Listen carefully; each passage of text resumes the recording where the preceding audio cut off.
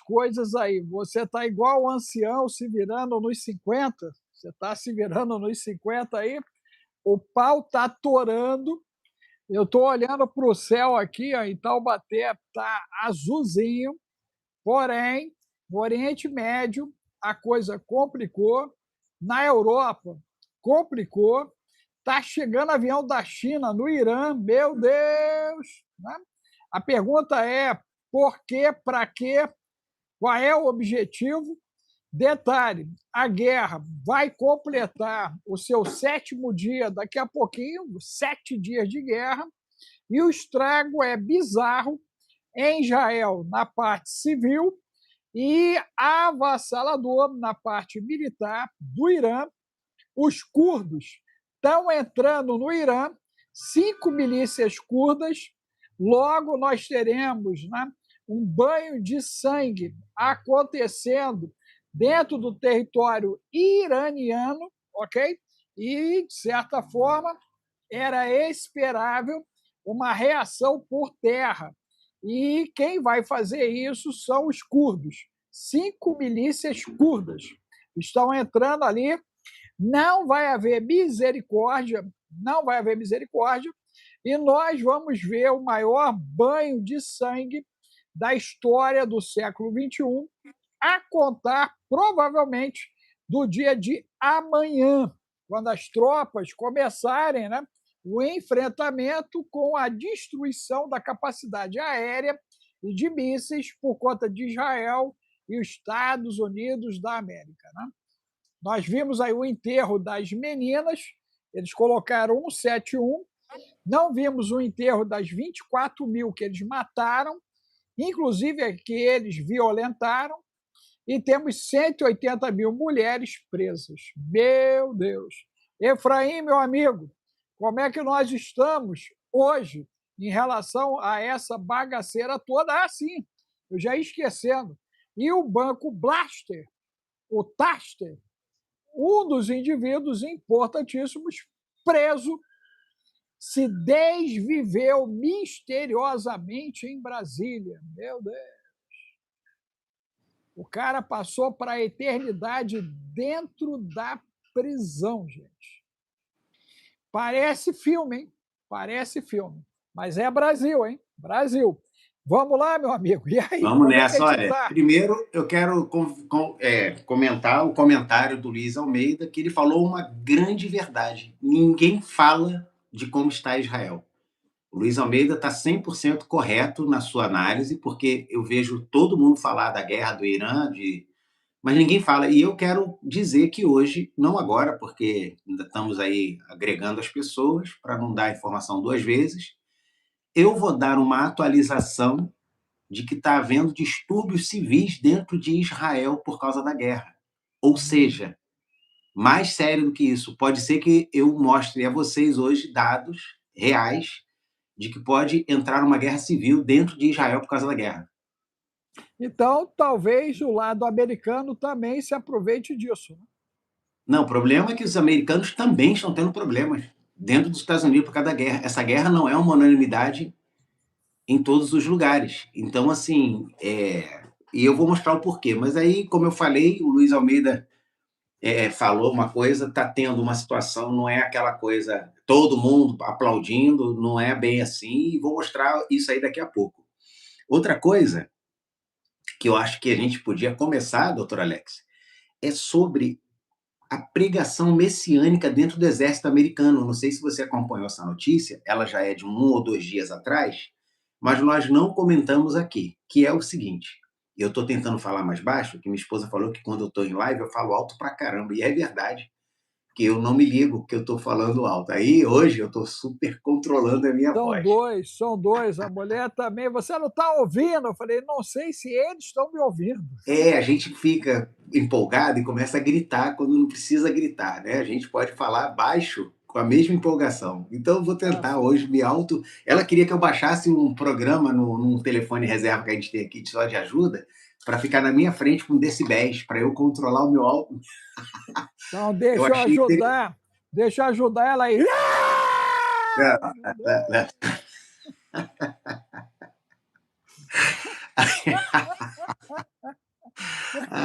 Aí o que acontece? A Dizer noite... para ela que é terapêutico, cara. O grito é terapêutico. Cara, mas a Lá no gente... Pique eu ensino a galera a gritar, sabia? Eu Tem falei que grito é de um... tribal, grito Não, mas tribal. aí voltando à notícia, porque foi assustador isso que aconteceu agora, mais assustador do que a guerra, é o que acontece. Em 3 de março, saiu essa notícia e eu não vi muita gente comentando, mas ela é muito grave, dizendo que existem sargentos, capitães, coronéis, dizendo isso para as tropas americanas. É uma coisa muito séria e a gente tem que analisar isso, que é que o Trump foi ungido por Deus para a guerra com o Irã.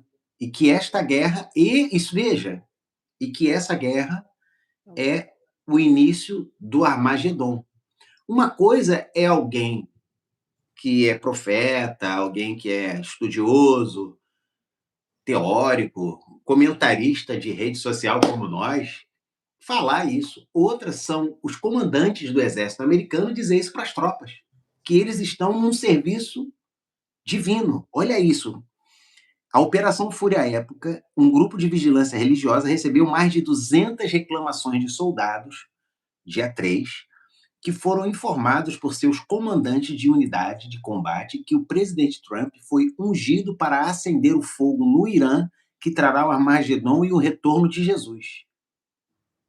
Então, assim, isso dito, veja, isso são informações, isso são as reclamações de mais de 200 soldados de várias unidades diferentes e lugares diferentes, reclamando dessa instrução vindo dos seus líderes internos militares.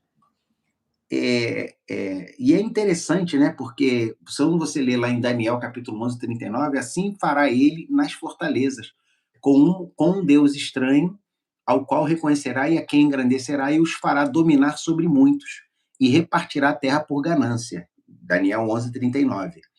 Né? Então, assim, eu acho isso, assim, é um nacionalismo cristão, essa ideia, né, de falar que eles estão numa guerra religiosa. Então, veja, uma coisa é você saber que o governo iraniano, que é hoje um governo teocrático e radical religioso, dizer que está numa guerra santa contra o grande Satã. O que ninguém está dizendo é que tem vários líderes militares americanos dizendo que eles estão numa guerra santa contra, ou de preparação para o Armagedon. Cara, isso é muito... E Não, quando... E olha, Efraim, olha só, eu sou capelão e faço trabalho dentro da capelania militar, inclusive, né? É totalmente verídico a denúncia, não tenho dúvida disso, porque a turma de capelania, de fato, deve estar colocando a coisa desse nível e os reclamantes devem ser de origem muçulmana dentro do exército americano. Né? Você vê que o número 200 é um número pequeno diante do volume de tropa que tem dentro dos Estados Unidos. Inclusive, esse termo foi utilizado, se não me falha a memória, pelo ministro da guerra dele lá, o secretário da Pete guerra. Hegseth. Ele falou sobre isso, inclusive, Mas também. deixa eu falar uma coisa interessante. A questão do número não é tão importante, doutor Alex, porque militares normalmente são... Você é militar, eu não sou, e nem fui. Mas por conhecimento de estudar, eu sei que os militares são muito difíceis de fazer reclamação Do comando. de comando. Isso é muito raro. Então, quando a gente fala de 200, a questão não é quantos, é de quantos lugares. As queixas abrangem, segundo o que eu vi aqui a reportagem, mais de 40 unidades diferentes em 30 bases militares. Então, é um número grande de mais de 200. E eu vou explicar por quê. Na minha concepção, é um número grande porque nós estamos falando de mais de 40 unidades com o mesmo discurso em 30 bases militares diferentes, ou seja, isso virou um discurso oficial dentro do Exército. Então, Mas 200... é por causa da capelania, Fran. É assim que funciona mesmo. É a Mas o que capelania. acontece? Aí o que acontece? O Pete Hegseth, que é o secretário da guerra, falou. O Peter, o outro Peter, esse é o Pete, o outro é Peter, que é o tio, que é da Palantir, andou dando palestras mês retrasado aí, no ano passado, mais de uma vez, ele começou falando do anticristo, ele deu várias palestras, depois ele deu estudos sobre o anticristo, e que ele, com a empresa dele, estava se preparando para lutar contra o anticristo. Total. Ele falou isso. E ele deu palestras que fechadas, porque as pessoas estavam falando, e aí você pega aí, peraí. Então você tem um dos caras mais ricos do mundo, dentre as big techs, né, que tem aí as empresas do Elon Musk, o grupo Meta do Zuckerberg, o grupo Amazon do Jeff Bezos, você tem o Google, que a gente nunca sabe o nome do cara do Google, porque ele é muito pouco falado, mas tu tem o, o da OpenAI, que é do ChatGPT, que é o Sam Altman. De todos esses caras, o cara mais poderoso é o Peter Thiel. Porque ele tem uma empresa que, como as empresas de Elon Musk, tem contrato com o governo americano, só que a empresa dele tem um contrato que mexe com todo o poder decisório do exército americano. E esse cara, que é um dos mais poderosos, está falando que a empresa dele foi criada para combater o anticristo, quando a tecnologia dele é a que mais propicia um poder centralizado na mão do anticristo. E o cara, eu lembro que eu postei isso na época, um repórter muito safo do Washington, acho que era do Washington, do New York Post, do Washington Post, um cara muito top, fazendo entrevista com ele, falou: mas espera aí, você falou que está lutando, que está preparando a empresa para lutar contra o anticristo, mas você não acha que a empresa que você tem, com a tecnologia que ela usa hoje, é exatamente o que o anticristo precisa para dominar o mundo? Você não acha que, ao pensar fazer contra, você, na verdade, está cooperando? E ele começou a gaguejar, porque ele nunca tinha pensado nisso. E ele admitiu: nunca parei para pensar nisso, mas claro que não. Ele primeiro levou um susto, depois ele tentou negar, mas aí você pega agora o secretário de guerra falando que aquilo é uma guerra que eles estão levando a cabo espiritualmente, e agora você vê mais de 40 unidades em 30 bases militares americanas recebendo queixa de soldados dizendo que eles estão fazendo uma guerra de um plano de Deus, e citou especificamente diversos livros, passagens do livro de Apocalipse, se referindo a Magedon. O sargento que teve identidade preservada disse que escrevia em nome de outras 15 pessoas, incluindo 11 cristãos, um muçulmano e um judeu. As tropas estão atualmente fora do teatro de operações do Irã, mas estão em estado de prontidão. Um funcionário da Casa Branca negou que os comandantes estivessem dando ordens. O secretário de Defesa Pete Hegseth, um cristão renascido, realiza reuniões de oração mensal no Pentágono e participa de um estudo bíblico semanal na Casa Branca, liderado por um pregador que argumenta que Deus abençoa aqueles que apoiam Israel. A conselheira espiritual de longa data de Trump, Paula White, que é aquela pastora, faz afirmações semelhantes há décadas, incentivando os cristãos a ficarem ao lado de Israel. O pastor John Hagee, que é um cara que escreveu, sei quem ele é, eu já li algumas coisas, já li livros dele, na verdade, visitou a Casa Branca diversas vezes no primeiro mandato de Trump e disse à sua congregação domingo agora que a guerra com o Irã sinaliza que estamos nos aproximando do fim dos tempos. O embaixador dos Estados Unidos, o Mike Huckabee, que é aquele lá que está em Israel, afirmou que Trump receberia uma mensagem de Deus pouco antes dos ataques do Irã em junho. Acredito que você ouvirá uma voz do céu, falou para o Trump. E essa voz é muito mais importante do que a minha ou a de qualquer outra pessoa, ele escreveu para o Trump. Você não buscou este movimento buscou você. Cara, os caras estão levando isso para o lado religioso num país que é secular nas suas ações. Agora o fim, Mas então assim, aí, hein, Efraim, olha só que nós temos que pontuar que a chegada do Trump, né, no segundo mandato está na conta justamente de um milagre, que foi aquele tiro que raspou a orelha dele, e você observa claramente uma posição totalmente diferente do primeiro mandato para o segundo mandato, e de boa, eu vejo total coerência no que eles estão dizendo, no sentido da preparação, porque a análise que nós temos feito, inclusive, né, e dentro das Forças Armadas, você tem a capelania militar. E toda a capelania ela tem a leitura espiritual, não tem como. E essa dissidência, né, esse número dissidente, configura justamente a ação de uma tensão interna por hora. Eu vejo como pequena, 200 não é nada em cima disso aí. É mais aquela turma à toa que tem dentro de todas as unidades militares, mas 90% fácil dos militares que estão nos Estados Unidos da América, a formação é cristã, até porque boa parte deles são latinos.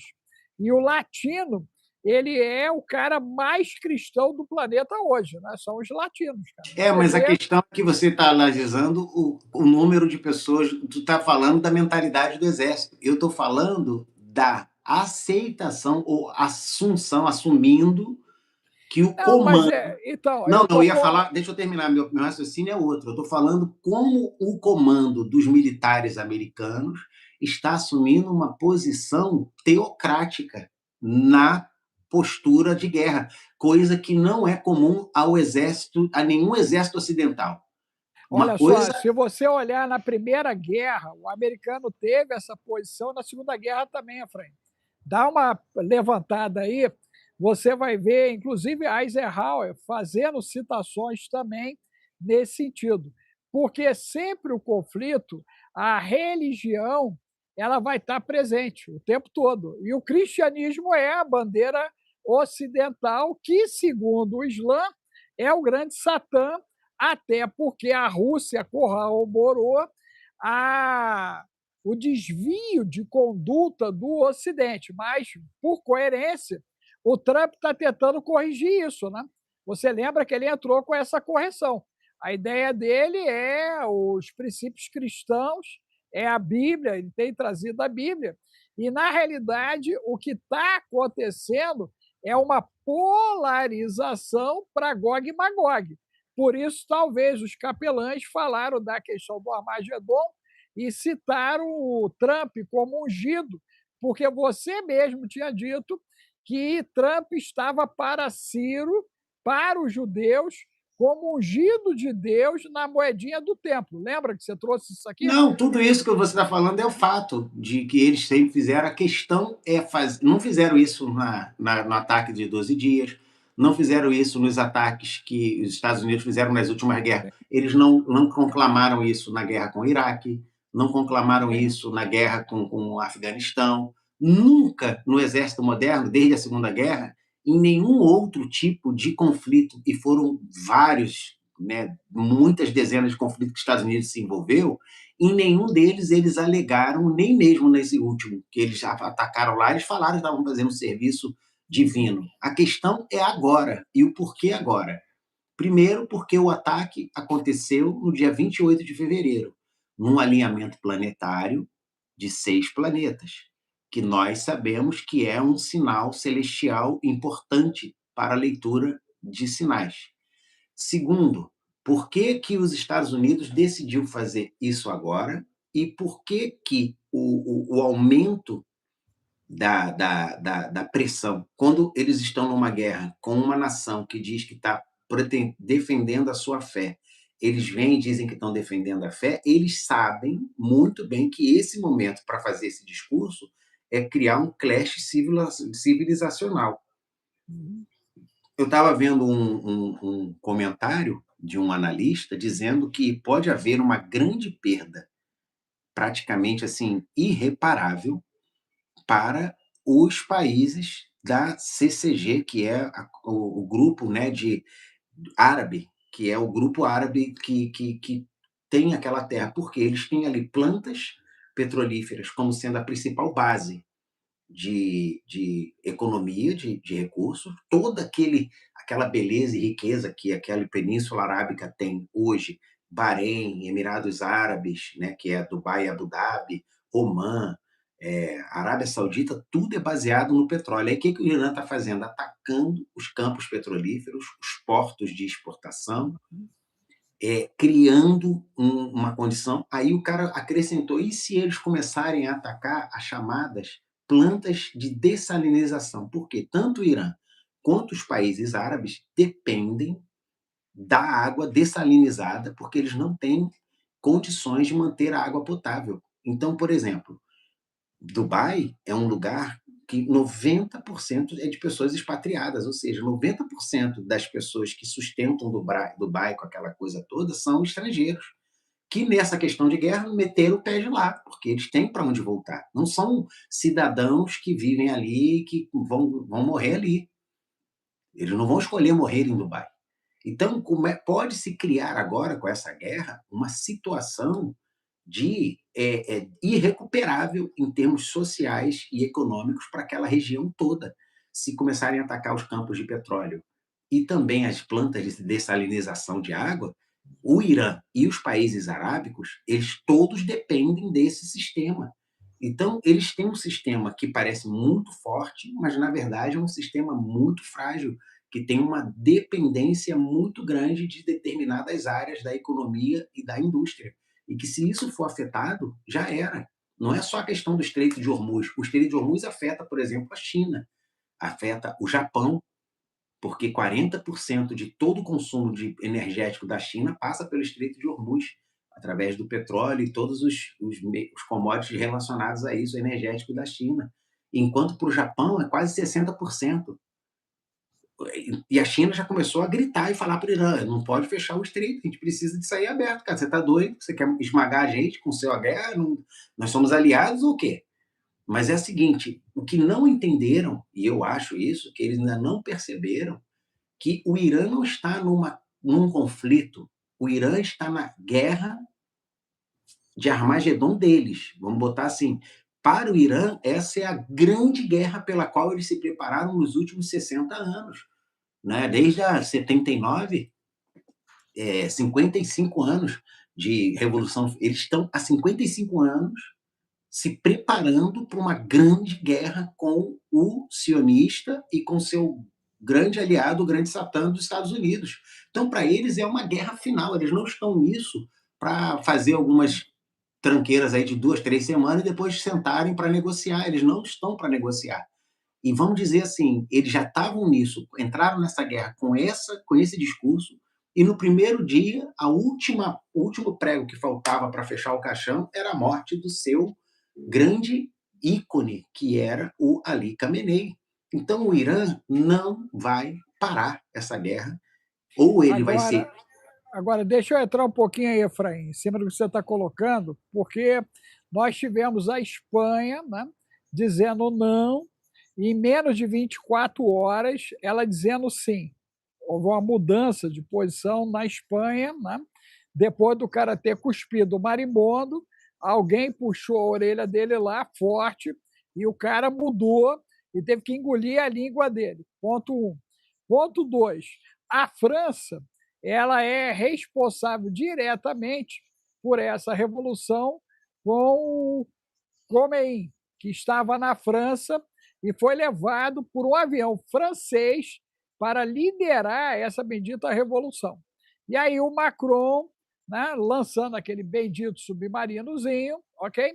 Ele resolveu criar um climazinho de fim do mundo. Macron e França no meio dessa bagaceira. O Reino Unido, você relatou que eles estariam apoiando, mas o primeiro-ministro resolveu falar algo diferente no meio da comunidade lá. A chance desse processo escalar na Europa na semana que vem, ok? Esse avanço curdo no território do Irã, você acredita que na segunda, terça, a Europa já estará em guerra também por conta do conflito do Irã? Ponto 1. Ponto 2, essa insurreição momentânea em Israel, nós vimos na época da Guerra dos 12 Dias, e eles passaram varado por isso, porque essa garotada não teria representatividade para mudar o destino do que já está acontecendo, ok? Mas nos Estados Unidos, isso de fato pode ser um pavio de pólvora para uma guerra civil dentro dos Estados Unidos, por causa do avanço do caso Epstein, inclusive. Como é que fica esse cenário? A Europa entra na guerra, a guerra civil explode dentro dos Estados Unidos por causa do Epstein, e se tudo isso acontecer, ainda temos clima para uma Copa do Mundo, se eu falho a memória, ela começa em junho, né? A Copa, acho que é em junho, né? Em junho começa a Copa do Mundo. Haveria cenário para a Copa do Mundo ou ela vai ser campos fechados e vai ser online? Como é que você entende, então? Europa entra na guerra, 2, Estados Unidos. Guerra civil, 3, Copa do Mundo, como é que fica a profecia do nosso profeta da África do Sul? Então vamos lá. Primeiro você falou, teve uma que você pulou, que você falou no início do questão do Reino Unido, da Reino entrada do Unido. Reino Unido, do Starmer, que é o seguinte: olha essa notícia que parece uma notícia só extremada, mas que na verdade representa algo muito sério. Ela diz assim: Trump ataca Starmer, que é o primeiro-ministro britânico, por não participar do ataque ao Irã. A relação especial entre nossos países já não é mais a mesma, foi o comentário que o Trump fez em relação à Grã-Bretanha. A guerra no Irã abre uma brecha entre Trump e Starmer e abala a relação histórica entre Estados Unidos e Grã-Bretanha. Trump chamou a Grã-Bretanha de não cooperativa desde o Salão Oval numa entrevista. E substituiu, segundo essa reportagem, e isso aqui é bem. A gente tem que ter maior pinça para poder pegar uma reportagem dessa, e ele diz assim: substituiu a Lloyds de Londres como seguradora do Estreito de Hormuz, quebrando 300 anos de controle da coroa sobre a energia global em um único dia. O Reino Unido foi oficialmente removido do status de aliado próximo dos Estados Unidos. Bom, os Estados Unidos, a Grã-Bretanha não foi removida coisa nenhuma. A gente conhecendo o ato, o modus operandi do Donald Trump, o Donald Trump usa o tipo de cajado, o bate, né, o cacetete, ele bate para causar uma reação. Então, dizer que com isso foi cortada essa relação é um exagero. Só que o Trump, durante a entrevista, sugeriu que estava na hora de trocar a seguradora que cuida do Estreito de Hormuz. E a Lloyds, que é britânica, só faz isso há 300 anos. Com esse com esse seguro, ela controla todo o sistema financeiro que passa por ali, ela tem controle e acompanha com lupa toda a movimentação financeira do Estreito de Hormuz. Se sair da mão do Lloyds, a Grã-Bretanha perde esse controle financeiro que ela mantém sobre essa região, que é nevrálgica para o funcionamento do mundo. Então, é uma notícia com alguns exageros, com alguns tipos de afirmações bombásticas, porque senão o cara não vende, né, vamos dizer assim, mas que realmente ele toca num ponto que é importante, que é a questão de como a, a própria o comércio dos Estados Unidos e a relação dos Estados Unidos com a Grã-Bretanha está cada vez mais abalado por uma questão de posicionamento, porque você vê que o Starmer está lá numa pressão danada, ele responde a uma comunidade esmagadoramente grande muçulmana dentro do país, e que tem prefeito muçulmano e um monte de cidade, um monte de coisa, com a pressão internacional dos Estados Unidos de se virar contra um país muçulmano e ele a favor de Israel, que esses caras são contra. Então, não é uma coisa fácil. Aí entra a Europa. A questão da Europa. A Europa, ela é hoje parte desse conflito, por quê? Porque o Irã atacou o Chipre, que faz parte da NATO. Então, o Reino Unido, a França e a Alemanha já mandaram navio, submarino e tropas para aquela região ali para defender os interesses, o que vai acabar ocasionando algum tipo de retaliação. Para completar, você falou aí da Europa, o Azerbaijão, que não faz parte da NATO, foi atacado. E o Azerbaijão, para quem não sabe, é tipo o Irã, eles têm uma capacidade armamentística muito grande. Você vê que o Azerbaijão ele tem um problema grave ali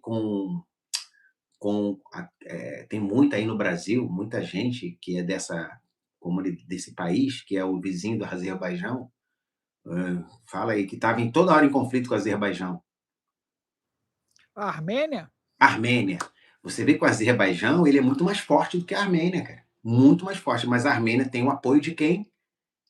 Olha que interessante. O Azerbaijão tem armas israelenses, armamento russo e armamento americano. O Azerbaijão é um país muito bem armado. E eles falaram que não vão deixar sem resposta o ataque feito pelo Irã lá. Então, o que está acontecendo? Se você olha a estratégia do Irã, o Irã atacou todos os países ali, atacou um país da NATO, dizendo que estava atacando só uma base, atacou um país neutro desse sentido aí, mas que pode causar dano a ele. O que estão fazendo a leitura é que o Irã está tentando costurar uma guerra geral, porque ele não tem como enfrentar todo mundo. Se todo mundo se juntar contra o Irã acabou. Só que o Irã está usando, cara, o Irã, assim, os caras planejaram, você vê que é uma estratégia muito bem planejada, eles sabem que podem colocar, envolver quase que todo mundo, se eles atacarem os lugares certos e causarem a pressão certa, eles conseguem envolver todo mundo na crise de tipo assim, eu vou, mas não vou sozinho. Eu vou levar todo mundo comigo para dentro desse negócio. Então ele está atacando os campos petrolíferos, fechando o Estreito de Hormuz, prejudicando a economia mundial, atacando torto e à direita para poder causar esse tipo de caos e de divisão. Por exemplo, eles atacaram o Azerbaijão e avisaram e falaram que quem atacou foi a Israel para tentar trazer o Azerbaijão. Aí os caras do Azerbaijão falaram: oh, para de palhaçada, rapaz. A gente tem aqui armamento israelense, por que eles vão botar ataque com a gente? A gente sabe que foi vocês e a gente vai responder. Entendeu? Então, assim, eles estão num cerco, mas eles estão chamando para briga, eles não estão cedendo e nem com nenhum tipo. É tipo assim, entrou neles um espírito de enfrentar todo mundo, meu amigo. Agora, Efraim, e a fala do Putin dizendo que o Irã é orgulhoso e entrou no problema sozinho? Porque Não. o Putin falou sobre isso agora, né, numa cúpula dele lá, e aí foi dito que o Irã está nessa sozinho, ou seja, ele já fez o efeito Pôncio Pilatos. Porém, paralelo a isso, está chegando aviões chineses no Irã, cargueiros, estão chegando no Irã ali. Como é que fica essa dualidade russa-chinesa nesse momento de tensão? Veja, não é uma questão de dualidade, é porque o Irã, diferentemente de outros países como a Síria e outros ali em volta, ele não buscou o guarda-chuva da Rússia. Eu lembro que antes dessa guerra começar, já tinham feito a análise e estavam falando de notícias de que os líderes iranianos iam para a Rússia. Uhum.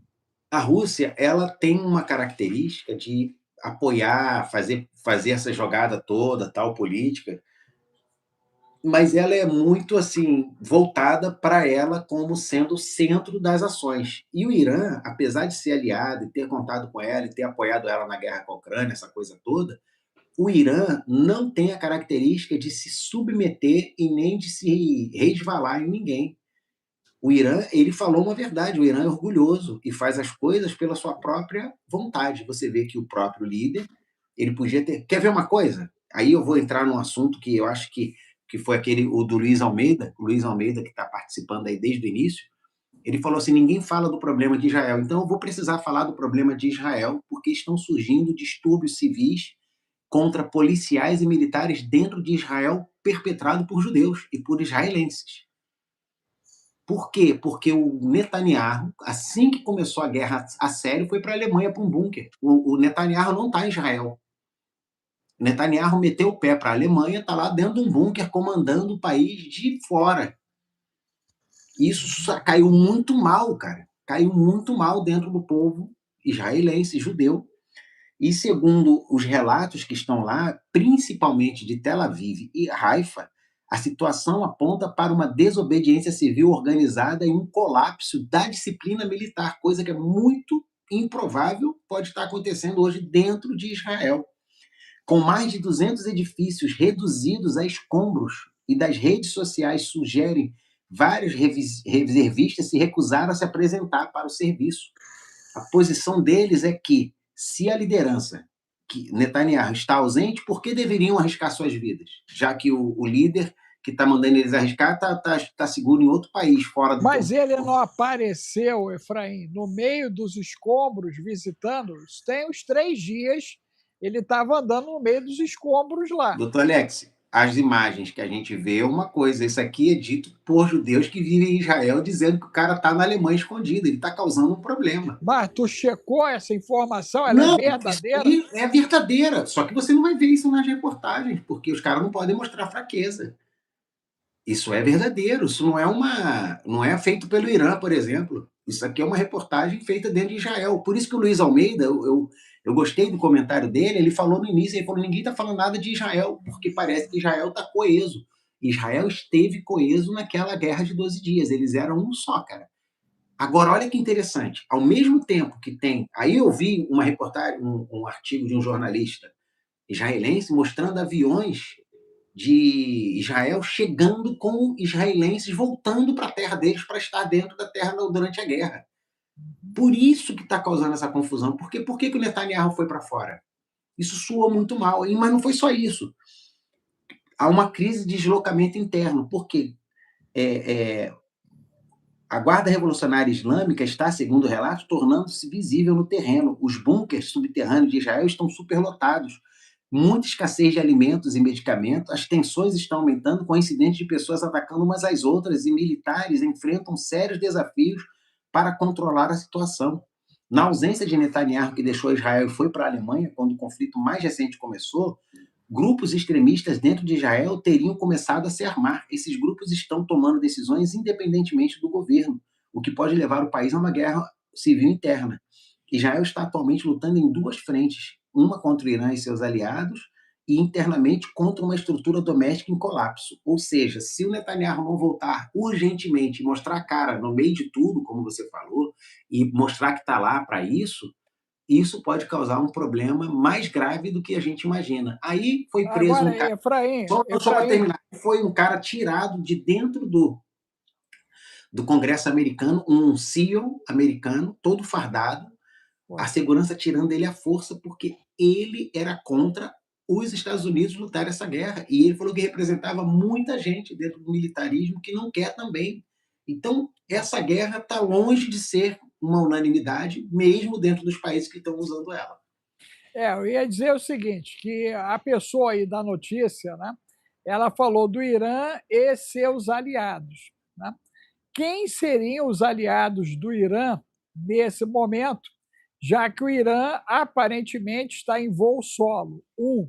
Dois, uma situação de tensão interna num conflito dessa magnitude é extremamente normal, porque a população civil, né, ela está sendo prejudicada, porque o Irã está atacando alvos civis. Então, ele está jogando a população contra a operação militar, enquanto Israel e Estados Unidos estão concentrados, né, em alvos militares. A ação deles, né, é, como você relatou, a questão econômica de um lado e do outro lado é os civis, para causar o dano. Terceira situação que vale a pena colocar aí: os ortodoxos estavam sendo, né, pressionados pelo Netanyahu ali, a galera, a ceder seus filhos para a guerra. E por eles se considerarem levitas, eles não querem pegar em armas, eles querem que os outros morram por eles, mas eles não querem pegar em armas e estão fazendo uso do pensamento levítico, que eles não se apresentariam a não ser para o estudo da Torá e para cuidar da parte espiritual do povo. Isso não pode estar ligado aos ortodoxos? Aí é que está a pergunta, assim, ela envolve uma série de questões internas de Israel, mas não é só uma questão de se negar a lutar. O que está acontecendo agora é que, assim, uma coisa é você lutar uma guerra de 12 dias, outra é você ver 200 prédios de dentro da sua capital completamente destruídos e derrubados. Nós estamos falando de uma crise humanitária que, por exemplo, Israel vai atacar, está atacando agora o sul do Líbano e já falou para todo mundo evacuar do sul do rio Litani. Ele está falando que tem que evacuar. O Líbano vai ser obrigado a ver o deslocamento de 350 a 400 mil pessoas do sul do Líbano, porque ele vai precisar destruir praticamente aquela infraestrutura toda que o Hezbollah tem ali. Então, assim, a mesma coisa hoje dentro de Israel. É muita gente ficando sem moradia, tem muita gente que está no bunker, quando voltar não vai ter nada, não vai ter para onde voltar. E é uma guerra difícil, porque não tem uma, uma referência de que vai acabar rápido, de que esses ataques vão acabar, de que o Irã vai sentar. Eu vi um cara dizendo, aí no Brasil, um cara de origem árabe, alguma coisa assim, pelo sotaque, dizendo que os Estados Unidos pediu para o Irã parar de fazer os ataques e o Irã se recusou. Eu acho assim, parar, mandar o outro parar e continuar atacando, não faz nenhum sentido esse tipo de notícia. Eu achei um pouco imaginativa da cabeça dele, como se os Estados Unidos estivesse desesperado, não aguentando os ataques. Mas a verdade é que hoje, mesmo, como eu tinha falado ontem, a assimetria de gastos já é brutal entre os Estados Unidos e Israel com o Irã, em termos de combustível, mísseis, tudo muito caro do lado dos Estados Unidos, Israel e os demais, contra gastos bem menores, mas já totalmente contabilizados por parte do Irã, que ainda tem muito armamento para usar, apesar de ter tido destruído tanta parte de infraestrutura militar, bases, lançamento, armazenamento. Eu vi hoje imagens de aviões que estavam estacionados no Irã sendo destruídos já lá no estacionamento, né, nos hangares, sendo destruídos dentro de hangar. E, assim, o ataque americano e israelense tem sido muito bem sucedidos nos alvos que eles já estabeleceram. Essas semanas todas que eles ficaram ali no negócio de negociação, eles estavam mapeando tudo. Agora, hein, Efraim, olha só, eu vi imagens que as cidades subterrâneas estão lançando mísseis também. Então, parece que eles resolveram, né, mostrar posições que eu creio que até essa oferta desses 100 prédios aí está dentro de um balanço para a identificação agora desses lugares subterrâneos de lançamento, porque saiu vários mísseis de dentro, né, da Terra, literalmente, e os satélites estão captando tudo isso. Um, dois, a entrada agora das 5 milícias curdas pelo território vão promover a insurreição da população. E é possível que o Mossad, mais a CIA, armem não só esses curdos, né, já devem estar armados e orientados, mas a população. Se eu tiver certo, né, no final de semana, nós vamos ter um banho de sangue dentro do Irã, porque agora a guerra não vai ser só pelos ares. A partir dessa madrugada, já entraram no território deles, eles não têm capacidade aérea, né, para combater e não têm capacidade antiterrestre para combater. E isso configurou uma análise que eu tinha falado com você, que havia um tempo de destruição para uma entrada por território. Já está acontecendo. Tá, e o que acontece? Os curdos, muita gente não sabe, são os descendentes dos Medos, que era da Medo-Pérsia, né, lá de Daniel. E eles são. Tem o Kurdistão, mas tem muitos curdos iranianos, curdos sírios, curdos turcos, que inclusive são. É o PKK, que é um partido curdo, né? Que tem ali na Turquia, que é considerado terrorista, porque eles lutam contra o governo turco, eles se odeiam de toda a alma, o governo turco e os curdos daquela região. E tem o Kurdistão. E o que acontece? O que eu li foi que foi feito um acordo com o Trump, que o Trump daria apoio aéreo a essas tropas terrestres para exatamente ajudar no avanço. Não vai mandar arma, essas coisas, mas vai fazer a cobertura aérea para um avanço desses curdos iranianos, que, segundo a reportagem que eu tenho em mão aqui, as forças curdas que operam ao longo da fronteira são considerados um dos grupos armados de oposição mais proeminentes a confrontar o regime em Teherã. Eles são aqueles, eu acho que é Pargementes, que eu não estou lembrando o nome, que eram os caras que tinham um treinamento mais eficaz daquela região para combates corpo a corpo e direto, né? Organizações envolvidas são grupos curdos iranianos que mantêm milhares de combatentes, a maioria dos quais opera a partir do território da região do Kurdistão iraquiano ao longo da fronteira com o Irã. Segundo fontes curdas, essas forças vêm se preparando nos últimos dias para participar de operações terrestres no oeste do Irã, com o objetivo de pressionar as forças de segurança iranianas e dispersá-las por várias frentes. Ou seja, o objetivo deles é trazer tropas iranianas para cima para poder dispersar, não ficar tudo concentrado num lugar só e ajudar dessa maneira. Né? Não é uma invasão e vamos tomar tudo, mas é uma forma de ir pegando aquilo que tiver na frente para os caras terem que vir defender. E eu já vi notícias do governo iraniano dizendo que estava mandando já tropas para aquela região para dispersar toda a tentativa de entrada terrestre, mas vai ser. Eu acho que o objetivo era esse. Não, e detalhe, você vai alimentar a insurreição, né? Porque aqueles mortos ali de janeiro, mais os presos de janeiro e fevereiro, essa turma ali vai se levantar, rapaz, pode ter certeza disso. Eu tenho certeza que nós temos um banho de sangue no final de semana, em terra, né? Combate na terra. E detalhe, quando eu vi aquela turma curda ali, eu me lembrei do combate casa a casa. Por quê? Eles estão entrando com veículos leves, são veículos urbanos, de mobilidade urbana, ok? Então, isso cria uma vantagem operacional absurda, porque é como se fossem ratos para serem caçados. Vai ficar muito difícil para o Irã se defender desses invasores. Eu creio que o negócio vai torar ali. Agora, É, se torar como eu espero, eles vão usar a força máxima contra a Europa e vão tentar causar dano aos aliados e a Israel. Como é que fica esse cenário se eles usarem a força máxima que até agora eles não usaram? Esses mísseis de maior poder destrutivo, né, não foram usados ainda, né?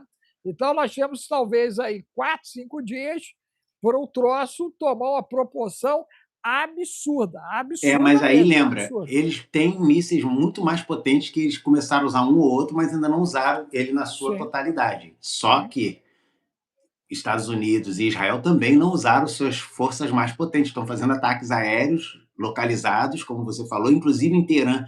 Os vários e vários prédios destruídos em Teherã são todos objetivos militares, não foi nenhum lugar residencial, nada disso. Pode ter tido um ou outro atingido de forma indireta, mas foram todos objetivos militares e policiais de segurança pró-opressão do povo lá. Agora, se aumenta a capacidade de destruição por parte do Irã, pode ter certeza que também vai aumentar a capacidade de ataque dos Estados Unidos e Israel, que não estão usando também a sua capacidade destrutiva total. Então está meio que parelho essa questão. Uma Na coisa que tua avaliação, a guerra estaria empatada? eu acho que a guerra não está empatada e não está também muito claro ainda, por causa do tempo que ainda está, de avaliação de quem está conseguindo mais coisas. Em termos de estratégia, eu acho que o Irã está mais bem preparado do que os Estados Unidos e Israel por um conceito geral. Em que sentido?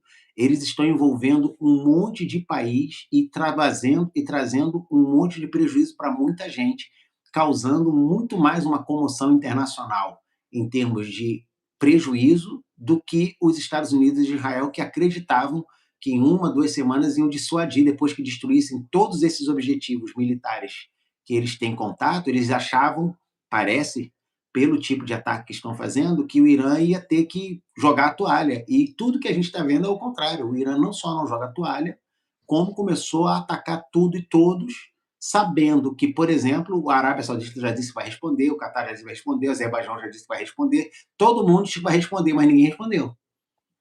Porque ninguém quer se tornar alvo principal. Ser um alvo secundário ainda é um bom negócio na atual conjuntura. Então, eu acho Deixa que não eu... tem ainda quem ganhar. Deixa eu terminar a resposta. Eu acho que quem está ganhando, quem está perdendo, atualmente não dá para dizer quem está ganhando, quem está perdendo. Eu acho que os objetivos são diferentes e todos os dois estão conseguindo alcançar os seus objetivos até agora. Ok. O Sérgio perguntou do horário. Sérgio, normalmente é às 11 horas. Gratidão aí pelo impulsionamento seu, né? Deixa eu ver quem mais aqui impulsionou. Lembrando a galera, né, que entrou, gente, coloca o número 1 e a cidade que você está nos vendo e ouvindo, né? Eu vi, né, se fala a memória, o Marcos aí na Costa Rica, agradecer aí o Roberto, né, que nos apoiou, a Ana Godoy também, Ana Maria Godoy, gratidão, Ana, que nos apoiou até aqui, o Adiltons também, né, lá de Feira de Santana, acho que é Feira de Santana que a Efraim falou, né, que é o nosso baiano que está sempre aí Não, nos não, acho que é apoiando. perto, acho que é baiano, mas não é de Feira de Santana. Né? Ó, o Roberto aí também, que nos apoiou até aqui. Agradecer os assinantes que estão de verdinho, gente. Nós precisamos chegar a 1.000. Não chegamos nem a 100 assinantes. Por favor, assine, print, mande para o Zap, o 21 995 31 34 67. Se tu puder pedir o Bill, ó. O Bill não colocou ainda o Zap nosso. Passa uma mensagem para ele, Efraim, para colocar o Zap 21995, gente, 31 34 67, ok? Você pode pedir o mangá gratuitamente, o primeiro mangá, ok? O primeiro capítulo, né? O primeiro mangá lançado, ok? Do Ancião. Você manda mangá, você vai receber gratuitamente. E o Zap é o 21 995 31 34 67. O Zap é o 21 995 31 34 67.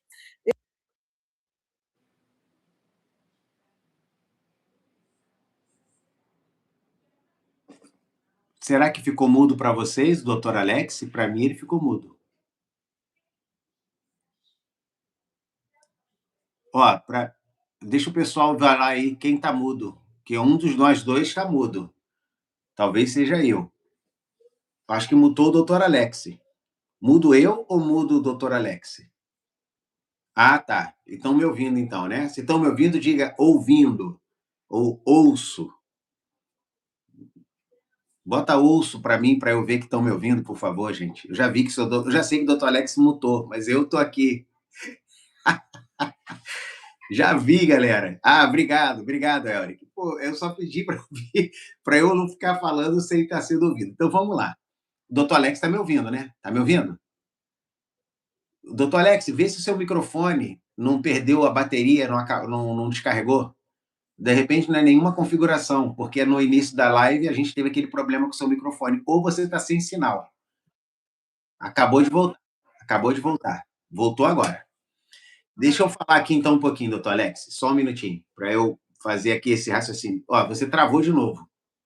Está me ouvindo? Você tinha voltado, doutor Alex. Aí deu uma travada. Eu acho que é sinal, não é microfone, não. É sinal de internet.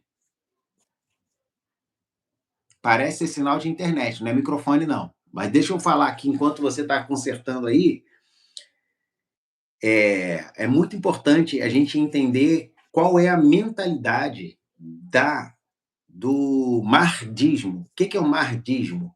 É a mentalidade por trás da visão xiita do islamismo. Eles creem na volta do Mahdi, tá? Por que eu estou dizendo isso? Porque o Mahdi é a versão xiita do futuro Messias, né? Daquele esperado líder messiânico que os xiitas fazem pregação. Você lembra que o Ahmadinejad, ele falava que ele estava trabalhando para trazer o Mahdi. Ele falava isso enquanto era presidente. Ele foi muito importante no passado, enquanto presidia o, o Irã. Aí olha só esse comentário aqui. A Guarda Revolucionária do Irã e o culto ascendente do Mahdismo é um culto que eles têm lá, mísseis e milícias para o apocalipse. Como uma força islâmica xiita, a visão de mundo da Guarda Revolucionária se baseia no Mahdismo, o retorno do 12º imã xiita divinamente ordenado. Então, eles acreditam que o 12º imã, depois de Muhammad, ele voltaria e que eles estão vivendo nessa época. Inclusive, eles consideravam o seu maior mensageiro, vamos dizer, um profeta que tinha em mãos a chave para entregar para o Mahdi o seu poder, era o agora falecido Ali Khamenei. Acho que voltou, doutor Alex, que eu estou ouvindo o eco na sua. Eu estou te ouvindo agora melhor também. Não, eu estou aqui Fiz a falando troca sobre. aqui. Beleza, eu estou falando sobre o Mahdismo. Então, o retorno do 12º imã, que é o Muhammad al-Mahdi, ou imã oculto, é como ele é conhecido, que os muçulmanos xiitas acreditam ter sido levado a um estado milagroso de ocultação. Então, eles acreditam que o 12º imã, que é o Mahdi, que é o prometido Messias deles, dos xiitas e dos islâmicos no mundo, está invisível, está no mundo ocultado por um poder, né, de Alá, e o conceito de mahdismo está enraizado na crença de que ele um dia retornará para livrar o mundo do mal e da injustiça. A sua vinda trará uma batalha apocalíptica final entre dois exércitos, na qual os xiitas acreditam que o Mahdi e suas forças prevalecerão sobre o mal. Creia em mim de que hoje o Irã está vivendo isso teologicamente. Eles acreditam que o Mahdi oculto vai se manifestar, que ele está aí e que agora, nessa última grande guerra, que é uma guerra que, segundo eles, era uma grande guerra de grandes exércitos contra um exército que representava a fé deles, e que essa guerra ia eclodir. Por isso que o Irã não está nem aí para a Rússia, para a China, para mais ninguém. Eles agora estão lutando uma guerra, para eles, uma guerra santa. O doutor Valexo voltou e saiu de novo? Aí, você está me Sim, ouvindo? sim. Eu acho que você está com sinal toda hora interrompendo, mas agora a gente está te ouvindo. Pode falar. Tá, não, eu ia dizer que é o seguinte, eles disseram que o Khamenei teria ressuscitado. Mas aí essa tal de Anábia que botaram aqui, que está falando que o Khamenei vai ressuscitar no terceiro dia e que isso vai fazer com que todos... Bom, gente, ele realmente, assim, a gente sabe que os poderes das trevas vão ser energizados, vão ter mais poder de agir, porque está escrito nas escrituras que Deus vai permitir que eles ajam com esses sinais e prodígios que vão enganar a muitos. Mas, poxa, o Khamenei estava com 86 anos, com um braço paralisado e já com uma doença terminal que já não tinha cura. Então, assim, para ele voltar realmente só pelo poder do inimigo. Não, e se voltar o clone dele? Mas aí é que tá. Dentro da fé muçulmana, ele não pode ser o Mahdi. Porque eu acabei de falar isso aqui, é que você estava ainda, não acho que não estava me ouvindo. O Mahdi, para eles, é um 12º imã que está ocultado pelo poder divino para voltar só no momento crucial de vencer a guerra e de dar o poder a eles. Então, assim, não é ele que estava ali esse tempo todo, é alguém que não está visível ainda, mas que estava ali escondido. Então, a gente vai ver se vai aparecer algum líder muito carismático que vai conseguir galvanizar aí muitos outros muçulmanos, inclusive não só xiitas, mas também os sunitas. Minha gente, ó, o Bill conseguiu colocar aí, ó, o Zap, o 21995 31 34 67, você printa, você manda mangá, que você vai ganhar o primeiro mangá gratuito, ok? Nosso, mangá, o número 1. Não fique de fora disso, você vai entender um monte. Também nesse Zap você consegue fazer o código de Enoque, que vai ser esse sábado com o Efraim, ok? E domingo, Geburá também com o Efraim. Você consegue se inscrever através desse Zap, o 21 995 31 3467. Você tem acesso ao material já gravado, e também no Santo Bill para você ganhar em dólar, ok? Faça a mentoria Atlas, o método Atlas, e bote dinheiro no bolso, ok? Então você manda lá Bill, manda Santo Bill, manda Atlas, nesse Zap 21 995 31 3467, você manda mangá, você manda Geburá, você manda código de Enoque. Efraim, na tua leitura, o dia de hoje, o nível de destruição aumentaria agora para o lado de Israel. 1. 2. Os ataques dessa madrugada, eles conseguiram atingir quanto do percentual da capacidade iraniana de lançamento? Como está a capacidade iraniana de causar dano E 3, as células terroristas. Se, de fato, os curdos avançarem, estão avançando, nós podemos experimentar uma enxurrada de atentados na Europa e nos Estados Unidos? Aí é que está. Segundo esse relatório que a gente tem acesso, hoje o Irã está conseguindo esgotar toda a capacidade de defesa dos Patriots, dos TAAD, que são os sistemas de defesa americanos, naquela região toda que tinha bases americanas, através dos seus milhares de drones e mísseis. E a ideia é esgotar toda essa defesa, que já está na casa dos bilhões, mas não é só financeiro, é acabar com toda a capacidade de defesa para que dentro de 3, 4 semanas eles comecem a fazer ataques indefensáveis com as armas mais poderosas que ainda estão sendo guardadas. E os Estados Unidos sabem disso e Israel também. Ou seja, eles precisam fechar essa conta em no máximo 2, 3 semanas. Se eles deixarem passar disso, eles vão ficar incapacitados de promover defesa nos seus interesses e nos seus lugares principais de proteção, e o Irã vai simplesmente completar o seu trabalho de defenestrar o Israel e toda a força americana naquela região. Então, assim, e a gente sabe que quando se aproxima de uma situação dessa muito drástica, o poder de fogo que os Estados Unidos está usando, vamos dizer, num nível de 0 a 100 a 40, 45, ele vai ter que subir para 70, 80. Eles vão ter que fazer essa medição de saber se eles precisam fazer com mais força esse tipo de ação, porque, como você falou, então, eles não estão dependendo de ataques iranianos para saber de onde eles sabem onde estão os bunkers.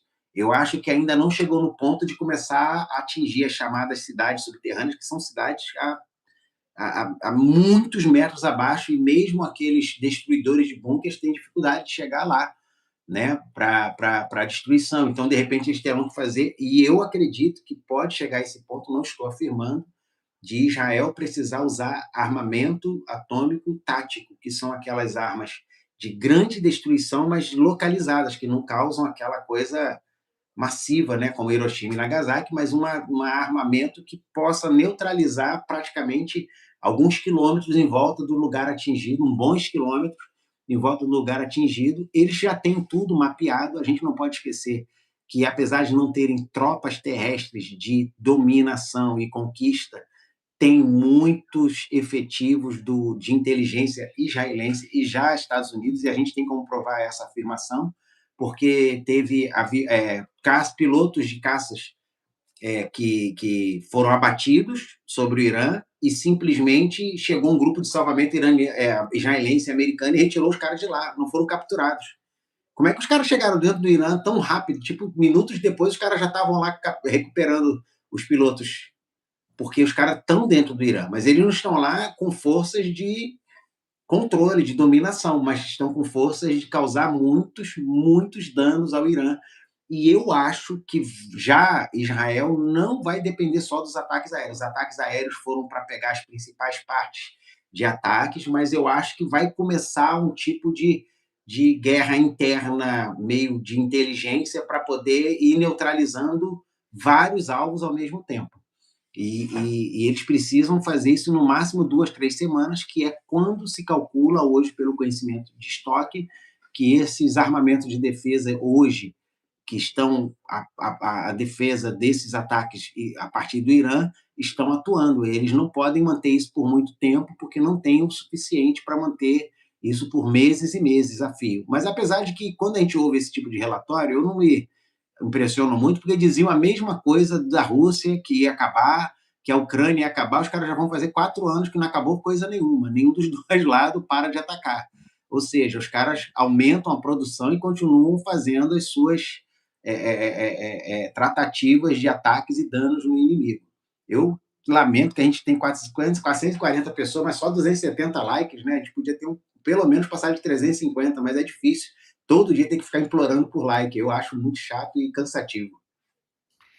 Efraim, né, gente, ó, nos ajude aí, coloque 15 importante, bota a cidade que você está nos vendo e ouvindo, ok? Isso é muito importante. Doe 5 centavos de real, de dólar e euro para nos ajudar na entrega, ok? Isso é muito importante, gente, vocês nos ajudarem. Efraim, como está o mundo agora? Quais são as últimas notícias aí que estão aparecendo, né? Você também não comentou o desviver do amigo do Blaster aqui no Brasil, né? Que isso, né, chocou a opinião pública, né? Alguém se desvivendo dentro de uma prisão brasileira, no aguardo de uma acareação. Eu acho que foi, inclusive, uma coisa muito grave que aconteceu, que acho que a Polícia Federal encontrou dentro do WhatsApp um grupo que era do cara da vacaria, e esse aí que se desviveu fazia parte do grupo, e eles estavam ali planejando dar surra e até tirar a vida de algumas pessoas, inclusive o nome de um repórter, que é o Lauro Jardim, aparece na mensagem, só que está com uma tarja preta, para quando foi divulgado pela Polícia Federal a mensagem que estava dentro desse grupo, o nome do grupo era A Turma. E lá era o Vacaria, esse cara aí que se desviou, que era o principal homem dele, mais uns 3, 4, questionando como é que eles iam fazer para acabar com aquelas pessoas que estavam detonando com tudo deles.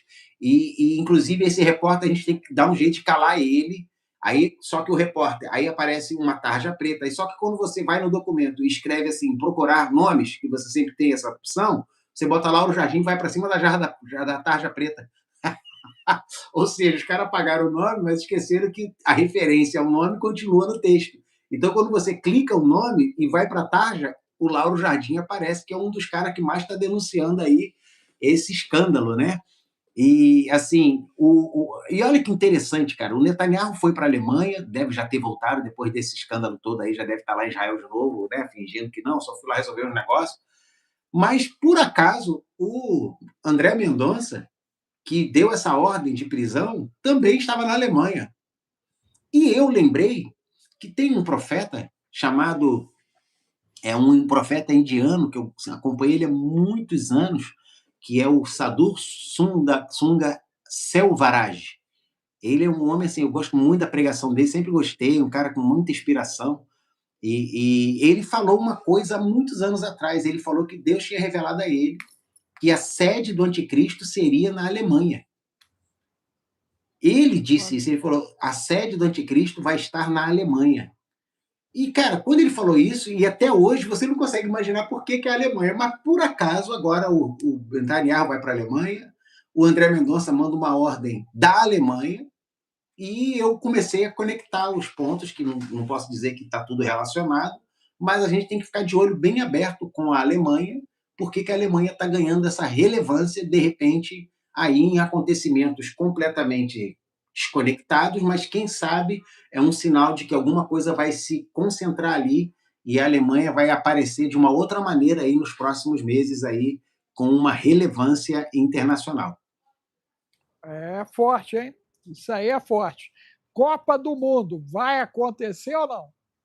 Ó, até agora vai, mas a gente viu aí notícias como no México, onde mais de 60% das reservas feitas pela FIFA Internacional para as cidades do México, antecipadamente, para reservar lugares para ela mesma vender e fazer os negócios, foram devolvidos, foram cancelados. E se a FIFA cancelou quase 60% de reservas em hotéis na cidade do México, que é parte do lugar onde vai acontecer a Copa, é um sinal de que alguma coisa aí mudou na visão da FIFA em relação ao acontecimento. Pode ser um sinal de que algo pode mudar aí nos planos. Vamos ver. Não dá para dizer que vai acontecer ou não, mas o brother Joshua via que não ia acontecer, apesar de que a alegação dele era baseada no arrebatamento da igreja no dia 23 de setembro do ano passado, e que esse arrebatamento causaria um caos tão grande no mundo que não daria para fazer a Copa do Mundo. Mas ele disse que não teria Copa. A gente vai ter que esperar mais um pouco aí para ver se a guerra vai fechar mesmo em 2, 3 semanas, como foi programado pelos Estados Unidos e Israel, ou se ela vai se prolongar e envolver mais países, causando um caos aí muito grande. Agora, é importante também a gente comentar, eu publiquei, já tem uma semana atrás, na minha conta do Instagram, o Chris Bledsoe, e comentei aqui na live contigo. Eu não sei se você vai lembrar, mas o Chris Bledsoe é aquele cara que teve uma visão com uma bola de luz, que ele estava na pescaria com os filhos. Já tem quase uma semana e meia que eu publiquei essa entrevista dele. Aí agora a Carol Capel fez coisa com ele, um monte de gente fora está fazendo reportagem com ele. Por quê? Porque ele deu essa entrevista em 2023, falando que essa senhora de branco, eu falei isso contigo, não sei se você vai lembrar, que ele teve uma visão com uma senhora de branco, que ele identificou ser a mesma aparição que aconteceu em Fátima e em outros lugares, só que ela desceu como uma bola, um orbe de luz, e depois foi tomando a forma de uma mulher de branco, depois começou a falar com ele em sonhos. E eu até falei contigo que ele via um encontro de Régulos com a esfinge, lá do Egito, e que esse encontro vai acontecer no dia 20 de março. Só que em 2023, ele disse, olha, a guerra com o Irã vai acontecer, ela me disse que vai começar no dia 28 de fevereiro de 2026, quando tiver... Não falou o dia, falou, vai acontecer em 2026, quando houver um alinhamento de 6 planetas. Vai começar uma guerra com o Irã. Pô, o cara disse isso em 2023, que a mulher de branco, que ele chama ela assim, disse para ele que em 2026, quando houvesse um alinhamento de planetas, ia começar a guerra com o Irã. Ele falou isso. A entrevista está lá para quem quiser ver. Eu publiquei ela e até republiquei ontem, porque eu falei, cara, agora eu tô vendo Carol Capel, um monte de gente fazer, mas eu publiquei antes de todo mundo e acho que ninguém deu muita importância. Que eu só tinha 114 mil visualizações naquela... Aí eu fui e coloquei vermelho assim, 20 de março. Por quê? Porque segundo a visão que ele teve com ela, e ela avisou ele, além da guerra começar no dia de um alinhamento, e nós vimos que se cumpriu agora, no dia 28 de fevereiro, ele também disse que no dia 20 de março ia acontecer o principal acontecimento que ia mudar o mundo, e o mundo nunca mais seria o mesmo a partir do dia 20 de março. E a gente está aí a 15 dias do dia 20 de março, que vai praticamente chegar perto da Páscoa. 3 dias depois que eu vou fazer 63, né? Eu e Gustavo, aí, dia 17. Então já vai ser uma hecatombe dia 17 por causa desse acontecimento. Então, no dia 20, ela avisou a ele que vai ter um acontecimento que vai mudar o mundo para sempre. Agora, Efraim, pergunta que não quer calar. Quem é ela? É o alienígena? Provavelmente. Ela tem uma aparição alienígena. É um dimensional? É um dimensional? Com certeza é um dimensional. Então, eles estão provocando tudo isso. Sim, porque outra coisa que ela disse, e está lá nessa Sofia, nessa visão que ele falou, ele disse também que ela avisou a ele, olha, quando o ataque ao Irã acontecer, vão aparecer várias bolas de luz sobre as cidades atacadas. E realmente tem registros agora do início da guerra de orbes de luz aparecerem em cima do Irã. Ela avisou isso tudo. Então, assim, são muitas coisas muito próximas do que ela falou. E, pô, a entrevista do cara está registrada lá no... Como é que é o nome do cara lá do YouTube?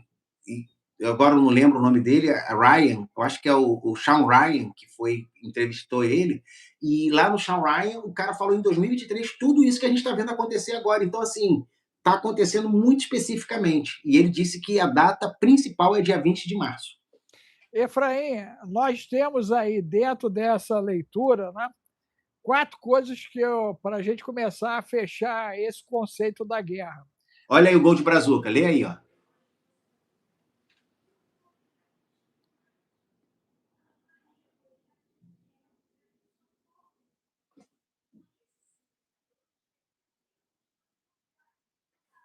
Alô, doutor Alex?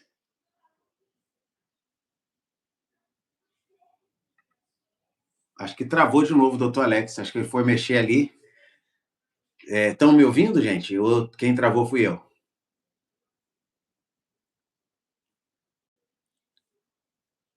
Eu acho que quem travou foi o doutor Alex, então estou de novo sozinho aqui na live.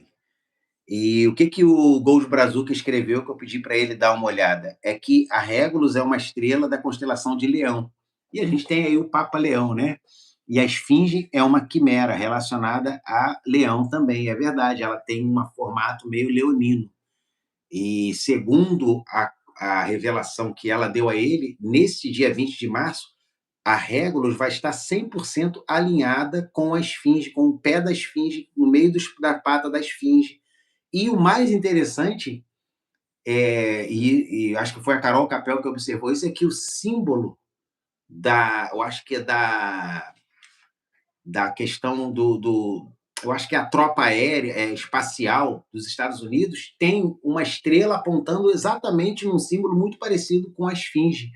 Então parece assim que está tudo conectado ali, como se dentro desse emaranhado de símbolos a gente tivesse ali a manifestação de Regulus com o pé da esfinge dentro de um símbolo hoje usado oficialmente pelo governo americano para o seu comando espacial. Eu vou até procurar aqui para ver se é isso mesmo, se eu estou dando a referência certa. Deixa eu ver, comando espacial americano, sim.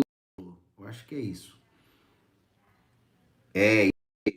Se você pega ali a Air Force, né, Space Command, Efraim? que é o comando espacial, tem lá uma estrela no alto, e quando você vê essa estrela, ela parece ser a Regulus, mas não foi esse símbolo que eu vi que ela mostrou, não. Ela falou de um outro símbolo que eu não estou conseguindo aqui lembrar, mas que parece ser uma referência a Regulus também no comando espacial americano. Voltou, doutor Alex, você travou aí quando foi ler o Gol de Brasil. Já comentei tudo sobre o comentário dele.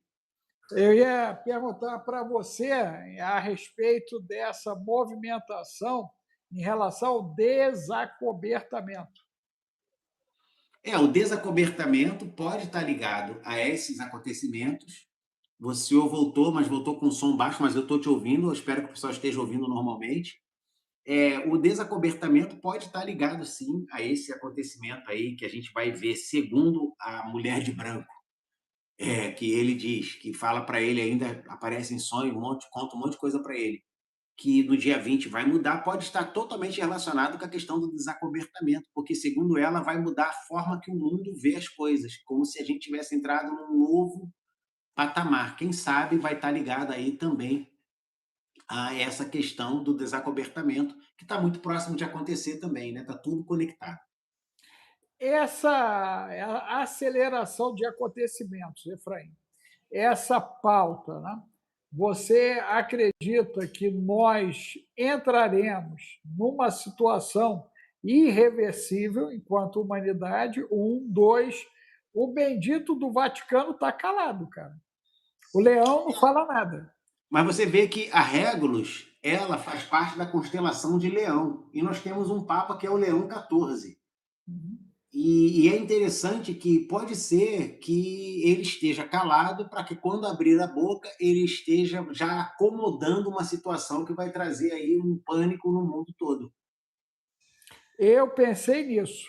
Exo Vaticana. O Exo Vaticana, exatamente, que é o livro do Tom Horn e Chris Putnam, que falam sobre isso, que é um livro bem interessante. Eu tenho esse livro aqui, que pega uma série de artigos e reportagens e pesquisas de campo e entrevistas que eles fizeram com líderes daquele Observatório Lúcifer, que é do Vaticano, que tem lá nos Estados Unidos. Eles fizeram entrevista com Cro-Magno, que era o cara que era o líder lá da pesquisa, e eles pegaram uma série de declarações oficiais com permissão dos caras, fazendo uma leitura mostrando que o Vaticano já vinha preparando toda uma teologia para esse desacobertamento, mostrando que esses seres também são filhos de Deus, aquela coisa toda, que fazem parte de um plano maior teologicamente, para não perder ali a sua importância, que ele já vem se preparando há anos para isso. Temos alguma notícia de última hora, meu amigo? Não. Era só isso aí. Só tudo E a isso. gente volta aí amanhã para ver, só se tiver alguma coisa muito grave, a gente vai estar aí compartilhando. Nós temos que olhar esse avanço curdo. Eu creio que a conta que vai torar é esse avanço dos curdos, entendeu?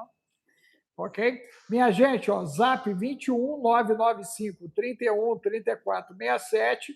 Você manda Gueburá. Dá uma palhinha, cara, do código de Enoch sábado e do Gueburá de domingo, para a galera ver. O código de Enoch vai ser estrondoso, porque eu vou mostrar como esses seres que se apresentaram a Enoch se parecem muito com os relatos de abdução e de aparecimento de vários que estão historicamente comprovados e registrados.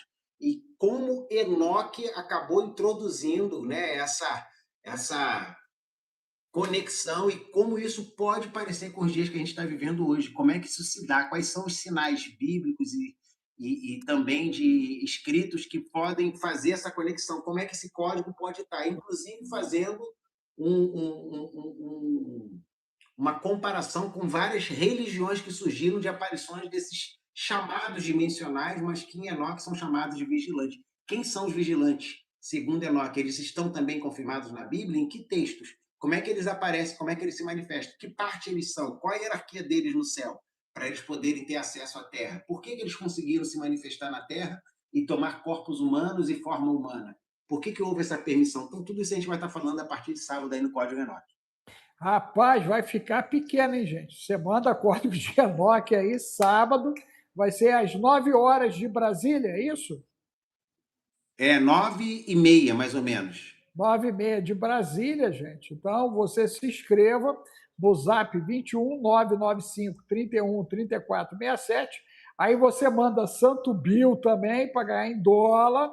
E Gueburá, cara. Gueburá, domingo, nós vamos entrar aonde? Que eu terminei o 536 DC. Não, Você domingo a gente começou a falar começou da a falar casa de Judá e de Efraim, é isso? a gente está falando sobre as casas de Judá e Efraim, que são, na verdade, as casas que ainda vigoram no mundo espiritual bíblico. Vai ficar Só que a pequeno, igreja não gente. sabe nada disso, a igreja não ensina nada disso e poucos têm acesso a esse conhecimento e acabam pregando uma teologia da substituição, mesmo negando que ela existe. Todo mundo, não existe substituição em Israel, só que para poder fazer Israel e a igreja estarem juntos, você tem que criar todo um dispensacionalismo da sua cabeça que funcione os dois, um vai primeiro, outro fica, outro vai depois, aí o outro só vai quando o outro chegar. E quando você estuda com a gente lá em Deborah, você descobre que, na verdade, está escrito já na Bíblia que tem que ser junto. Se não for junto, ninguém vai. Meu Deus, Jesus! Só misericórdia, gente, ó, corre, corre de Enoque, corre, Geburá, corre, Santo Bill. Nós estamos te aguardando, hein? Um abraço aí, Efraim. Obrigado, irmão. Fica com Deus aí. Até amanhã, se Deus Até permitir. amanhã.